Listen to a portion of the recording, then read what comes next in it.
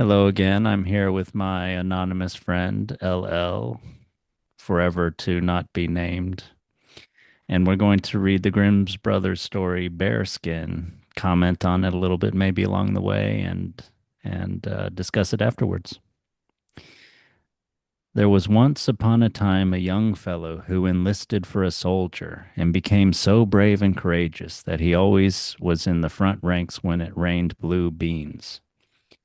As long as the war lasted, all went well. But when peace was concluded, he received his discharge, and the captain told him he might go where he liked.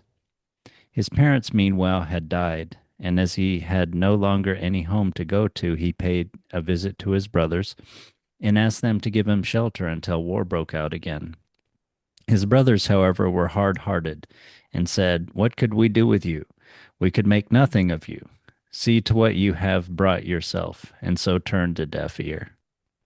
The poor soldier had nothing but his musket left, so he mounted this on his shoulder and set out on a tramp. By and by he came to a great heath with nothing on it but a circle of trees, under which he sat down, sorrowfully considering his fate.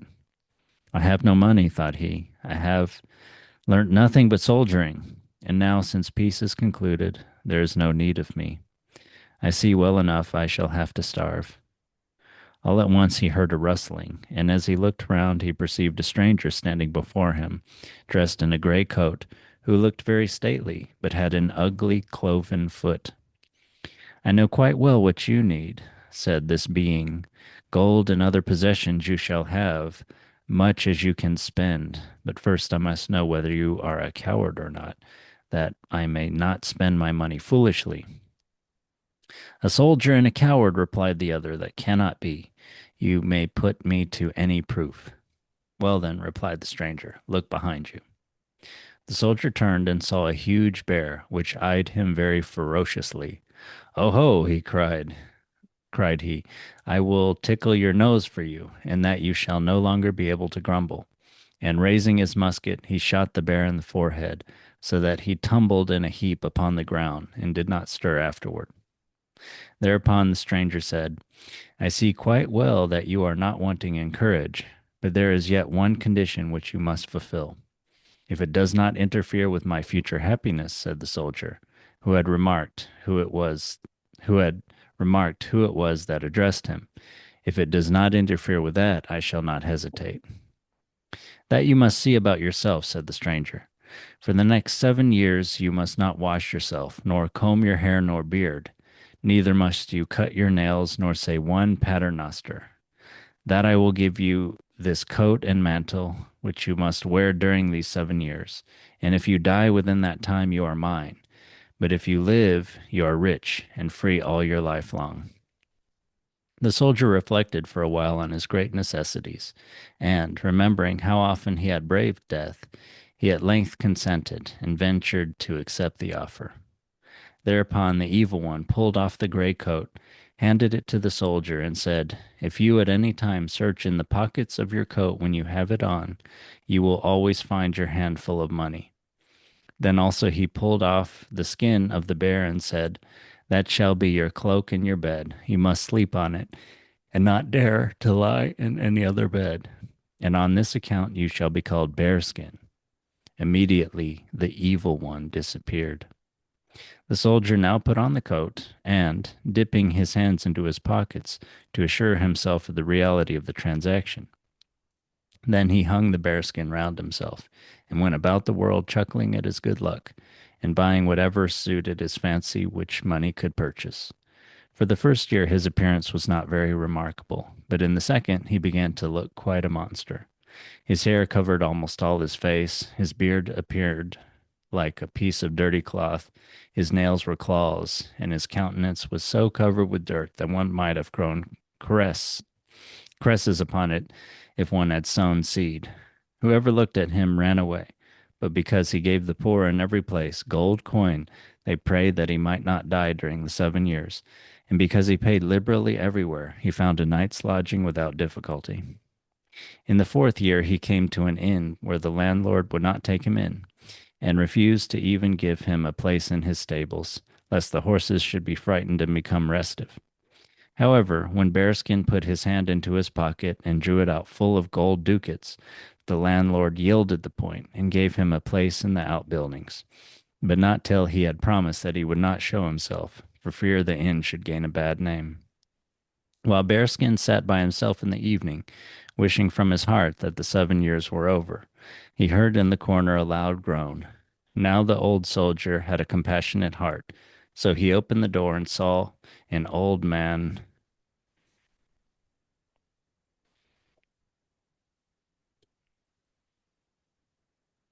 an old man weeping violently and wringing his hands. Bearskin stepped nearer, but the old man jumped up and tried to escape.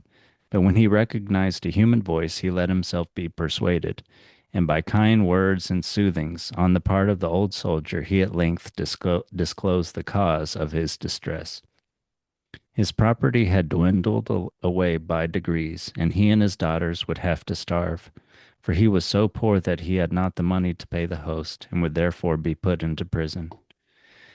If you have no care except that, replied Bearskin, I have money enough, and caused the landlord to be called. He paid him and put a purse full of gold besides into the pocket of the old man.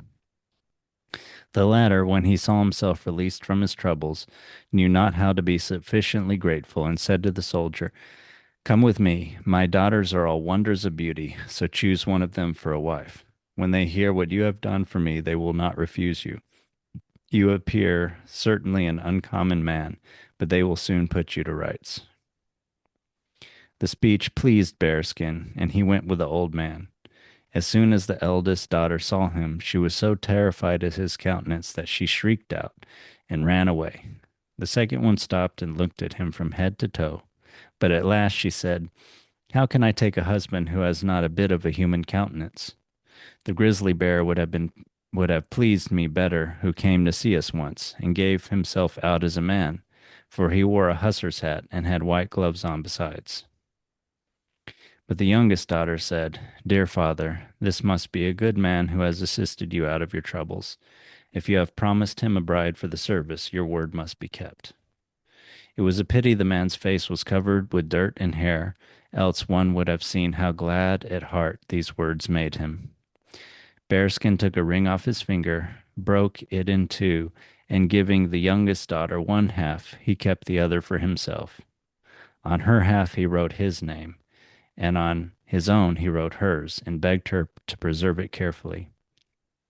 Thereupon he took leave, saying, For 3 years longer I must wander about. If I come back again, then we will celebrate our wedding. But if I do not, you are free, for I shall be dead. But pray to God that he will preserve my life. When he was gone, the poor bride clothed herself in black, and whenever she thought of her bridegroom, burst into tears.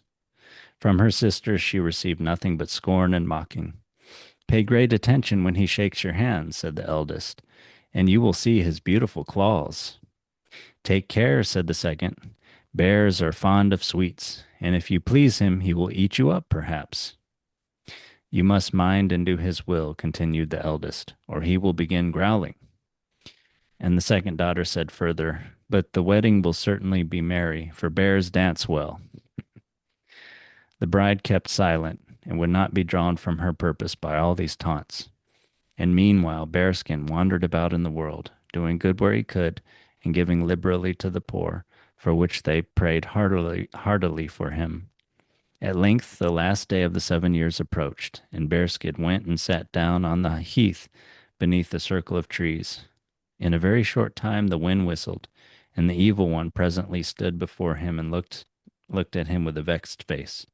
He knew the soldier his old coat and demanded He threw the soldier his old coat and demanded the gray one back. We have not got so far as that yet, replied Bearskin. You must clean me first. Then the evil one had, whether he liked it or no, to fetch water, wash the old soldier, comb his hair out, and cut his nails.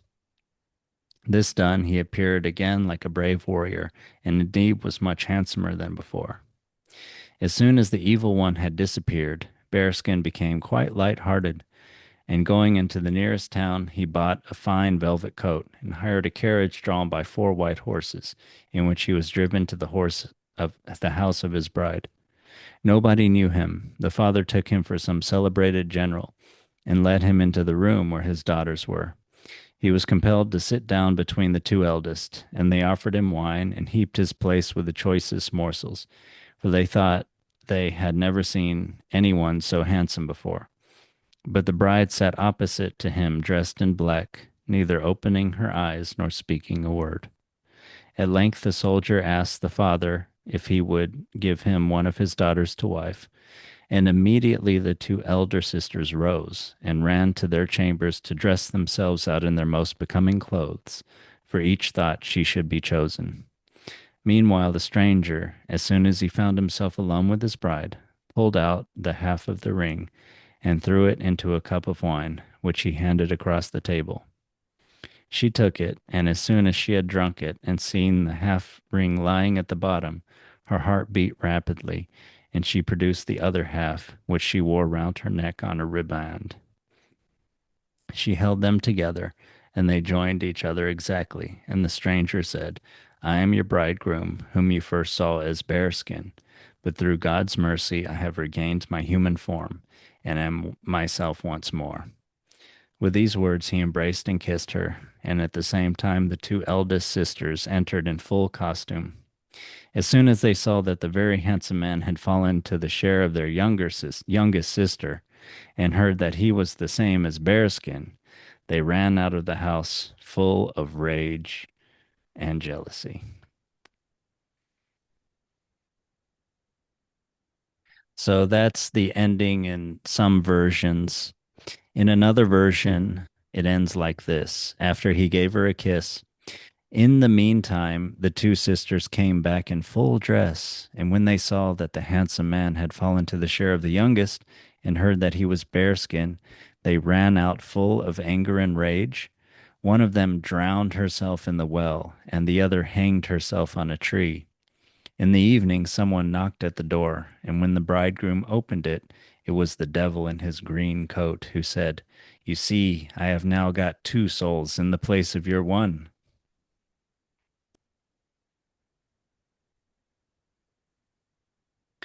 So yeah, there's some differences in the two versions that we have here, but both of them seem to have this part where when the devil approaches him, he knows that it's the devil, and so when the devil makes the proposal to him, he says, "Okay, yeah, I'll go along with this as long as it does not interfere with my future happiness." So he understands, these bargains that people make with the devil often are not worth it. But he seems to be saying up front, well, yeah, but overall, like it has to have a happy ending. And then yeah, Mm. I'll go along with what you're saying.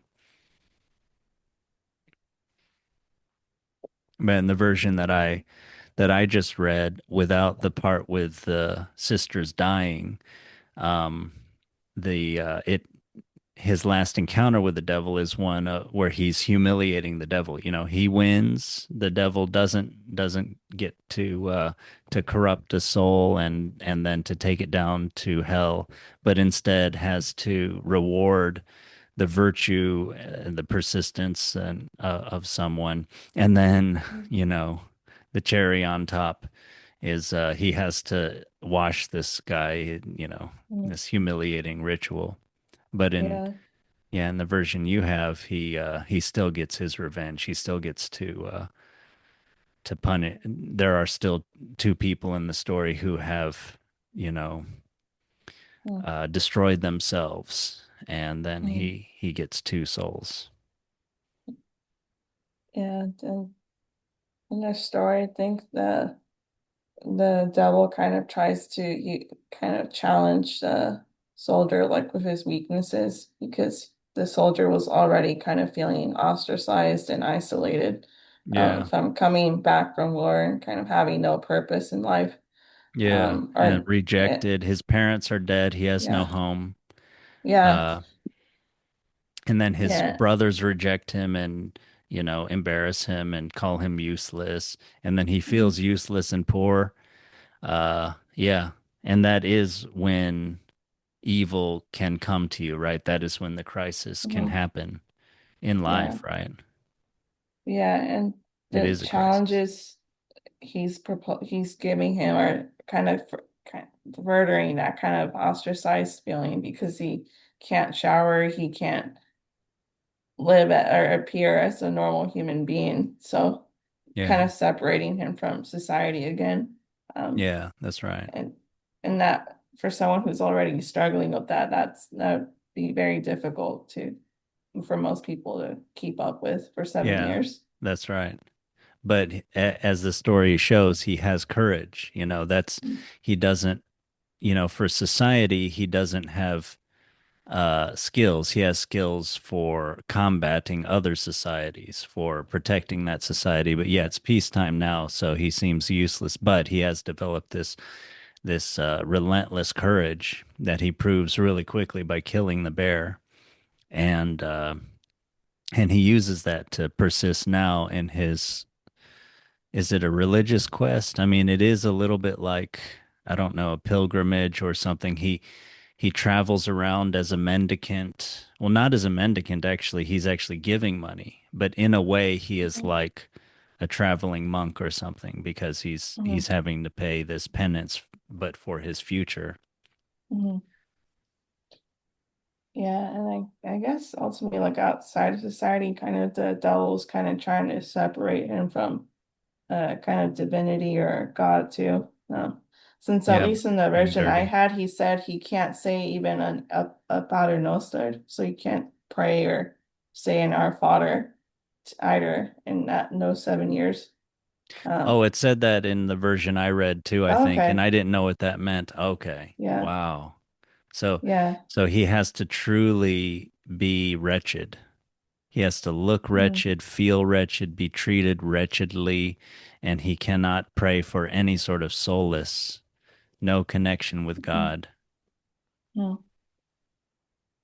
So yeah, he's kind of trying to create kind of a hell on earth for him, since Right. hell ultimately is a separation from God. It's Yeah. not necessarily just fire as we envision it, but or Yeah. anything like that. Yeah. This does remind me also of maybe many servicemen coming back from war and feeling ostracized and sometimes, letting themselves go physically to some extent, like growing the hair long and everything as like an opposite thing of what they had to do when they were in the service. Mm-hmm. And maybe it's kind of like a grief kind of thing or yeah, some kind of there's also maybe some aspect of like a psychological kind of reintegration in some way. Mm-hmm. And for a while you're kind of letting it all go, kind of relaxing in some way, kind of not Mm-hmm. not having strict rules and having to use skills a lot, kind of letting it all go. Mm-hmm.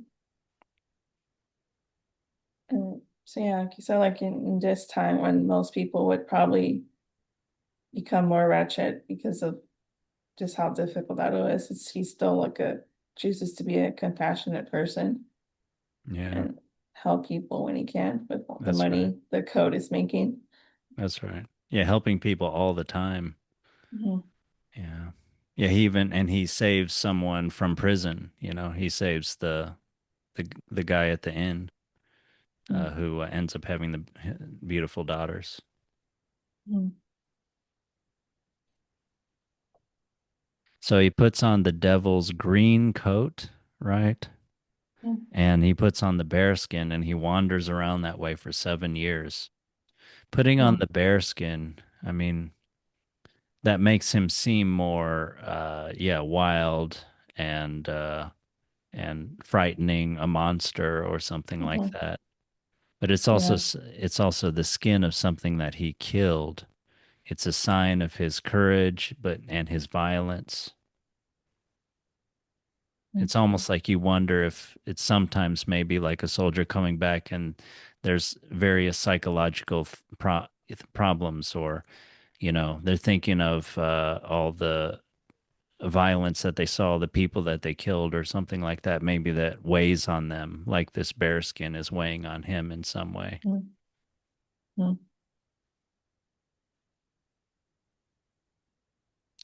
This story also reminds me of a story called The Scorned Princess, where it's a von Schoenworth story, not a Grimm's brothers story, but this guy named Fortunatus, he comes back from the wars and he spreads his money around and becomes popular.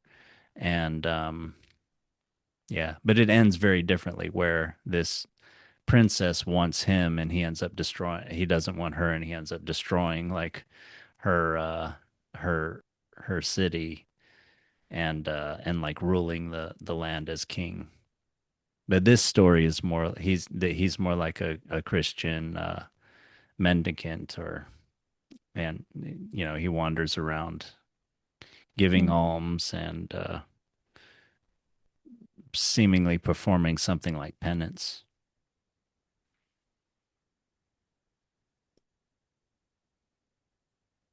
And obviously, he's not the only one that is virtuous here. It's also his bride to be, who's you know m- who's like mourning his absence and the possibility of his death, and is when she thinks a very attractive suitor comes to their house that her sisters are all excited about, she doesn't even look at the person. She's just thinking, she's still devoted to the one she was waiting for. Mm-hmm. Although it was the time when the 7 years are up, so you'd think she might have kept track of that a little bit, but I don't know. Maybe she was still so lost in her grief. Anyway, the story is just trying to convey her lostness and grief and you know her Penelope like loyalty to the wandering soldier. And that does maybe evoke Odysseus a little, just a little tiny bit. Uh, yeah. But yeah, you said the ending surprised you.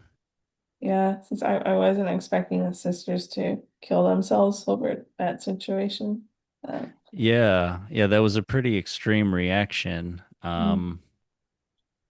I'm not sure. That just heightens maybe the emotion of it at the end. I mean, they run in both versions. They run out of the house, but yeah, in your Mm-hmm. version, it got a much more extreme. I mean, they had only met this person. I mean, maybe it just emphasizes just how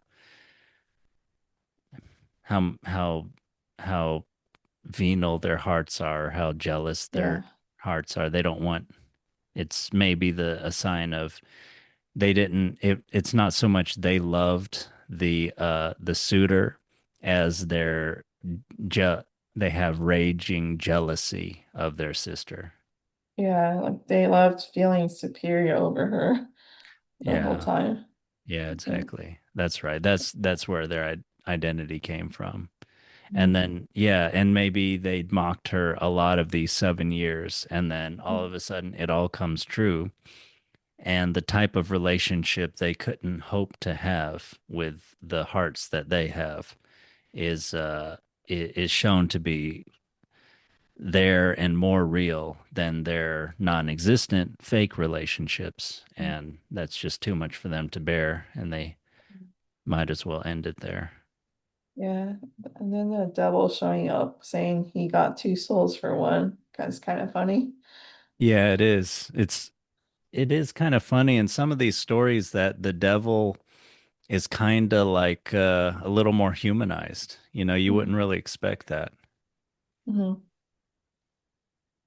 It's, in the ancient Greek and Roman mythologies, especially, not sort of later ones, but their gods are human. But in these Grimm brothers stories, sometimes the devil is a little bit humanized. And we also read The Devil and His Grandmother, where the devil is like almost this a little bit of a ne'er-do-well kind of can't quite get it right, not harvesting enough souls and everything. Mhm. Yeah. I wonder if the coat being green means anything, because all I know is that the on the green is sometimes taken to mean jealousy or something. That's right. Yeah, So green-eyed monster. Yeah. yeah, so I guess when he had the coat on, he could have chosen to be jealous about other people having a regular life and Yeah, become more bitter, but he still chose to be compassionate. But that's then right. at the end, when he shows up with his devil shows up with his green coat again, it's the sisters kind of let jealousy or whatever kind of bitterness lead to their demise. That's right. Yeah. And the sisters are operating based on social comparison and competition, just like his brothers were, originally, Mhm. where at the beginning of the story, he goes to them for help. He needs it. And they just, well, you're not useful, so bye. And his future wife's sisters kind of have this selfish, yeah, comparison and vanity attitude as well. I wonder if they can humanize the devil in these stories, if that seems to say that God is triumphant in the world, that the devil is menacing and ever threatening, but if he's a little bit of a comic character because he's just not all that scary because they have such faith in the power of God, you know. Mhm.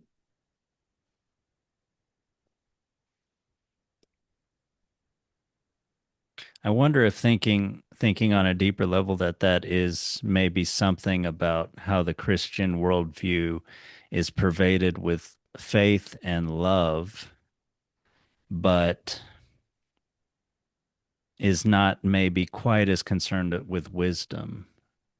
Maybe because the a criticism I've heard of Christianity is that because of the emphasis on agape love, like the love of a parent for a child, um, one could sometimes lose a little bit of the necessary self-reflection, critical self-reflection that can help wisdom, Mhm. because yeah, the feeling of this parent type of love of this all powerful from this all powerful God, you can maybe sometimes think, you kind of think, well, everything's just going to turn out right if I just have faith and love and just kind of keep going with like the other cardinal virtues, hardworking, persistency, honesty, etc.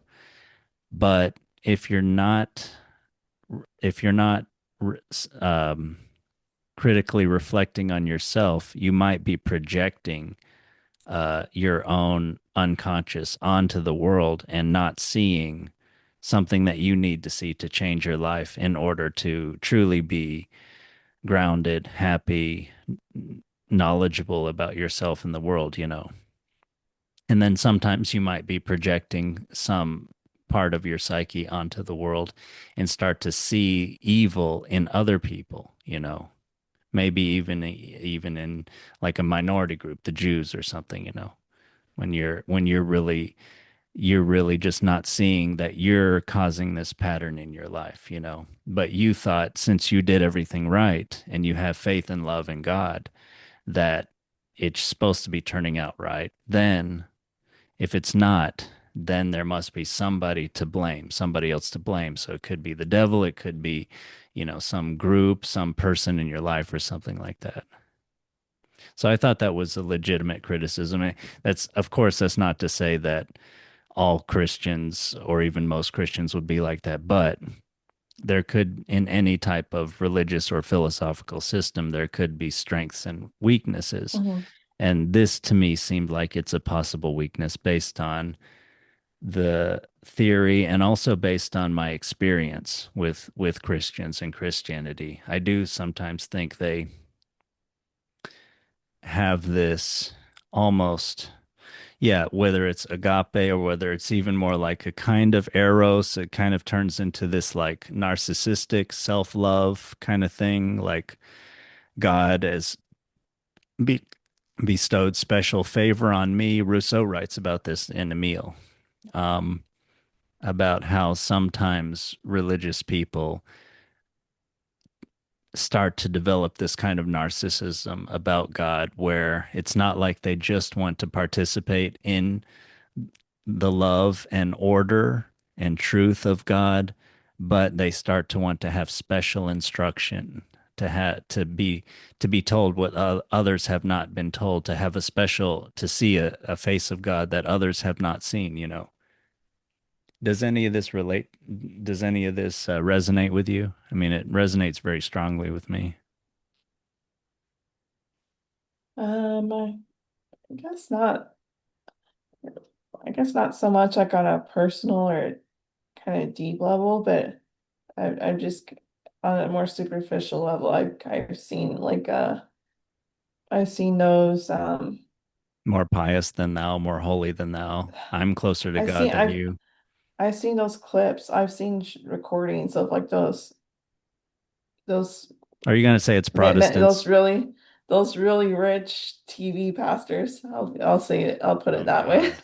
I've seen videos of them preaching, They're on and another level. yeah, But it seems haven't you like an seen extreme this? level. But haven't you seen this just in your own life and some Christians and things?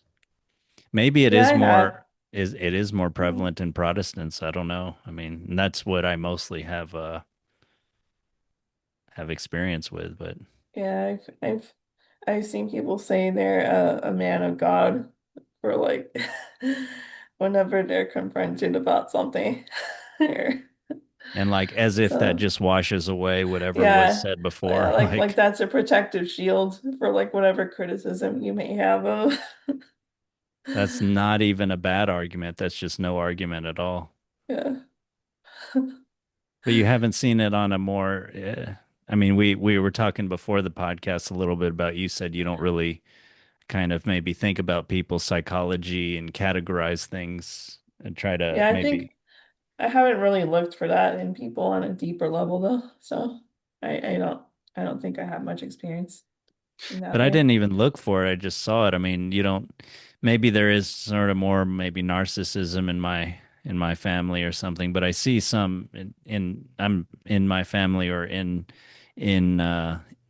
among people that I've observed that yeah, this sort of, I've seen it more than once of this yeah, this pious privilege where it's Mm, they believe that they have a closer relationship and they're of course castigating others, casting a lot of judgment outside mm, themselves, and they're seeing the chip in their brother's eye, but not the plank in their own eye, just to mm, loosely quote something Jesus said. mm. Yeah, it's like I think my family, like we're culturally religious, but on an everyday level, like not that uh You can't be uh hypocritical because you're not really openly religious anyway. yeah.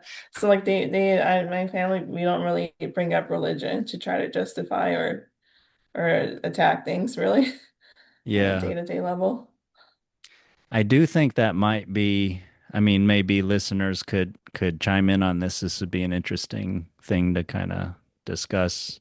But I do think maybe that is more with Protestants because, you know, a lot of general criticisms of Catholics versus Protestants is Catholics don't know the Bible as well, or they rely too much on the ritual and the Mm, not this word, but the pomp and circumstance, basically, mhm. of the church and its traditions Yeah. to sort of feel or act out a sense of the sacred.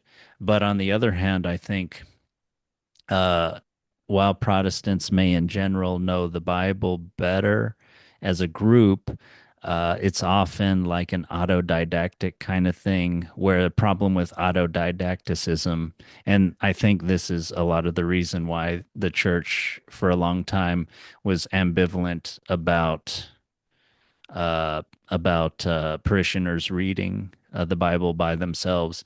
So the problem with autodidacticism is that you can form your own idiosyncratic kind of limited interpretation of things, and you don't have the input from other people to enhance your cognition. John Vervaeke talks a lot about, and I think it's true, about how we are a social species and our cognition is absolutely enhanced by discussion with others, by working with others. We are smarter in the right type of group, not when you get groupthink or something like that, but in the right type of group, we are absolutely smarter.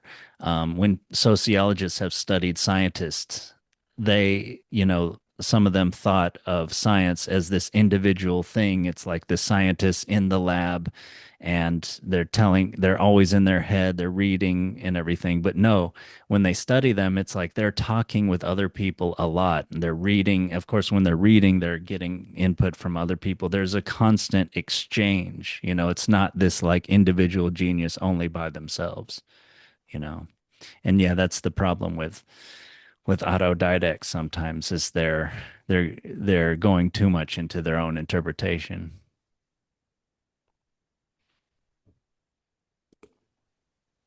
Yeah, I hadn't heard of that.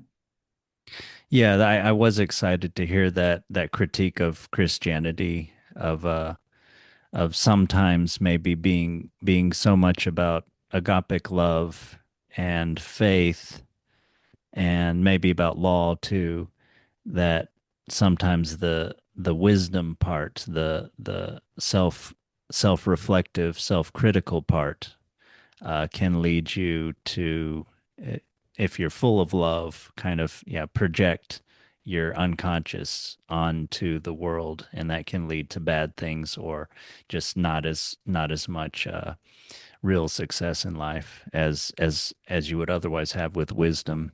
Does the soldier in this story have wisdom? I mean, I know he obviously has a lot of skill, courage, persistence. He has this amor fati, or this kind of acceptance of fate, right? Like when he comes back from the wars, he's tradeless, and his parents are gone, his home is gone, he's lost everything. He goes to what little he has left in the world, his brothers, and they throw him out for being supposedly useless, which shows that they don't care about virtue at all. They only care about sort of, money making skill in the present. But then he goes off into a clearing, and he's ready to die. Like he's not bitter, resentful. He's accepting fate. Mhm. I see wisdom in that, but Yeah, I mean, that's more uh, wisdom than most of us yeah. can. I mean, if you have wisdom to accept your death, I mean, that's probably the greatest wisdom, right? That's a sign of Mm. sageness already. Yeah. It's like I also kind of just saw him as kind of recognizing spiritual battle and maybe kind of being kind of even be invigorated by that. What do you mean Since recognizing spiritual battle? Like, it's like because he knew, he leaves the regular world and he goes into a clearing, kind of a liminal space mhm, outside of town in nature. There's a darkness to it, a dark yeah, reality to it, and that's where he yeah, meets the cloven-hoofed stranger. And you're yeah, saying he understands, since he recognizes the devil for what he is and not a projection of what he wants. Like, oh, there's someone offering me this thing, it must be true because I want it. It's more like mm, he has some distance, and he can negotiate with, he can play with the mhm, stranger. mhm. Yeah. So like you said, he's ready to die and he felt he kind of had nothing left to do more in the world since wasn't useful anymore as a soldier, but then this opportunity comes and he seems to kind of want to live again, to kind of fight that spiritually and kind of redeem himself in a way and go back to the world again. Mm. Uh, And fighting spiritually is like entering into those spirit realms of heaven mhm, and hell. You said his 7 years wandering after that is mhm. like a descent into the underworld, right? I mean, where he Yeah. is a wraith. Hmm. Yeah, and he's kind of like living as a soldier again in a way. How so? Because he can't bathe much. He is apart from others. But this time, Well, isn't this not the opposite of his soldiering in a way also where he's giving money to the poor? He's gentle. He's not hurting anybody.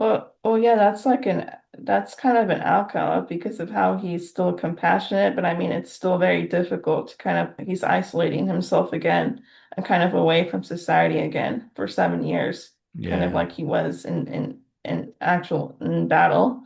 Yeah. And he could he could get tired of it and kind of leave the cloak or abandon it at any moment in that time, but he chooses not to. Yeah. Again, that shows his loyalty. Or is there Mhm. another meaning to it as well? No, just like kind of showing his, like you're saying, his S- strength and s- courage again. Sticking Um, to it. mhm. Is there there's some contrast there with the other characters in the story with his brothers? His brothers aren't loyal to him. I mean, they know that they have a brother off at war. They know he's going to come back. They know the wars have ended. He does come back and they kick him out of the house. Yeah, like they want things to be kind of convenient and easy for them.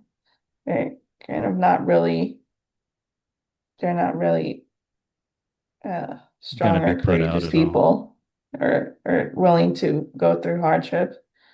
Right, like he is. Yeah. Hmm. Yeah, he goes through hardship as a soldier. He comes back, everything's gone.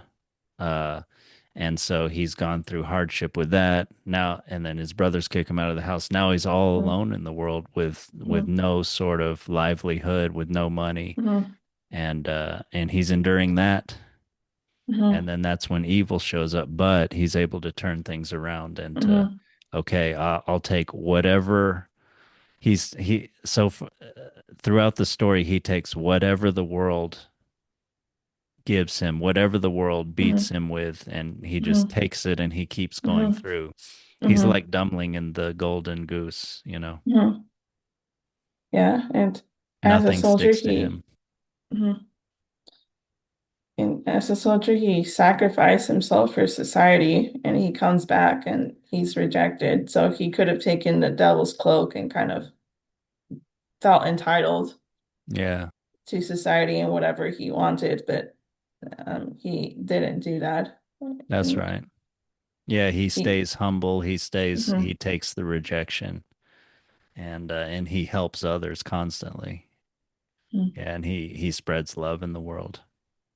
mhm, Yeah, he's as persistent with that, as vigorous with that as he was with his soldiering skills.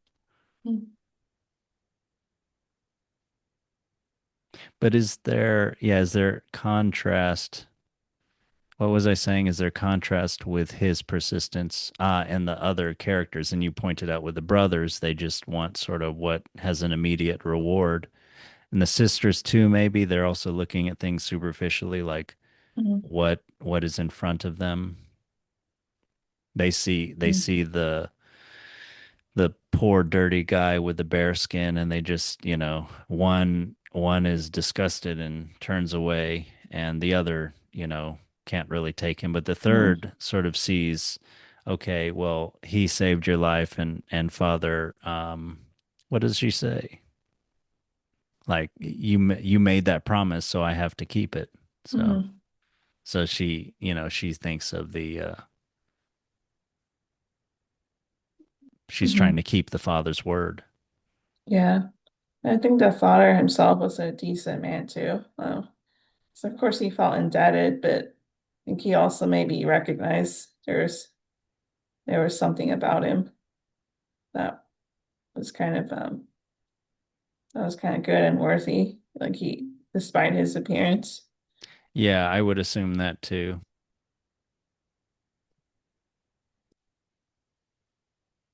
So yeah, the story doesn't say the old man sees anything special in him, but he treats him very decently, and he is focused on the important things. Like the it says, when the old man saw himself set free from all his troubles, he did not know how to be grateful enough. Come with me, said he to Bearskin. My daughters are all miracles of beauty. Choose one of them for yourself as a wife. When she hears what you have done for me, she will not refuse you. So he knows also at least one of his daughters is very grateful as well. You do in truth look a little strange, but she will soon put you to right again. This pleased Bearskin well, and he went.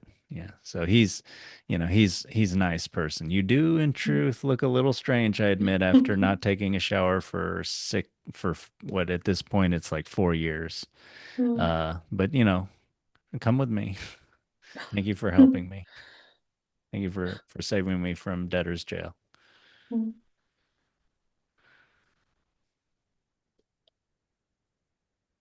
But yeah, I thought this was a pretty good story, and yeah, as I mentioned, it reminded me of Dumbling from the Golden Goose, where we have this person who's rejected by everybody, but they're very persistent, uh, and they end up gaining some kind of help from a divine being. And funny enough, this story it's from a avowedly from the devil, but he's able to kind of he's able to play with the devil. He's able, and he wins in the end, and he even humiliates the devil a little bit, makes him wash him. Yeah. Well, yeah. Okay, so we'll maybe choose another story next week. Yeah, maybe we'll get to the golden ass next time, or some other good story from the Brothers Grimm, or another one. Okay. Well, it was good reading Bearskin with you. Talk to you soon. Bye.